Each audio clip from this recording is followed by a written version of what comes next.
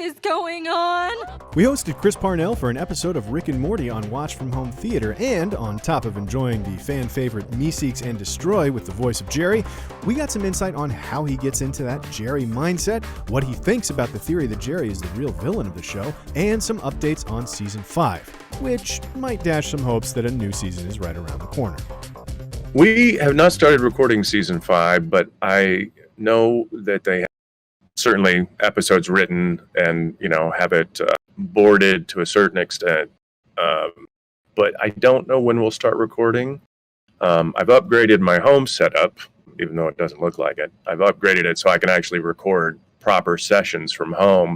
As long as the studio does some safety protocols and stuff like that, it's an easy sort of situation to go into a booth and record and not really have to encounter anybody, But yeah, I haven't started recording yet for Season 5.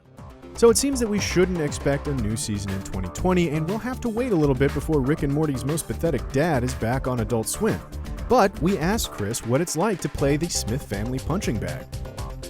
It's fun to play a character that's put upon in the way that Jerry is by really everybody else in the show, especially Rick, obviously. And it's fun to play somebody who's essentially a loser, and I don't know. It's for better or for worse. It's not hard for me to tap into that part of myself. So it just sort of it's not a big leap for me to play Jerry. The low self-esteem is something that I sometimes struggle with. I've pretty much dealt with it through therapy, and obviously you have to have a certain amount of confidence to do something like SNL or whatever. But it's like I can relate to the loser in Jerry for sure, and I think that helps inform a fair bit of my comedy because I'm often playing characters who aren't what you typically describe as winners. There's a theory floating out there among Rick and Morty fans that Jerry is the real villain of the show, but does Chris think Jerry is actually a bad guy? I think he's generally undeserving of the heat he gets. He does play the victim, I guess, a fair bit. He's sort of gotten used to that mode of operating. But he can also be content just kind of doing his own thing and puttering around, which is why I think he would do okay in a quarantine situation like this. But yeah, I obviously have a lot invested in Jerry, so it's hard for me to feel like he's a bad guy, but they might have a point. With the show as heavily improvised as Rick and Morty is, we asked Chris how much he, if any, ad-libs as Jerry. It's really just Justin doing the improv.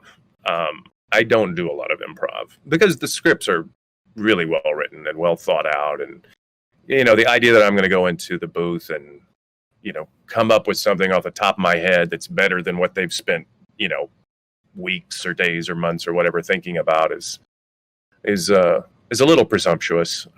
They're not like sticklers for sticking word to word, but if you want to mix a few things around or say it in a slightly different way, they don't care.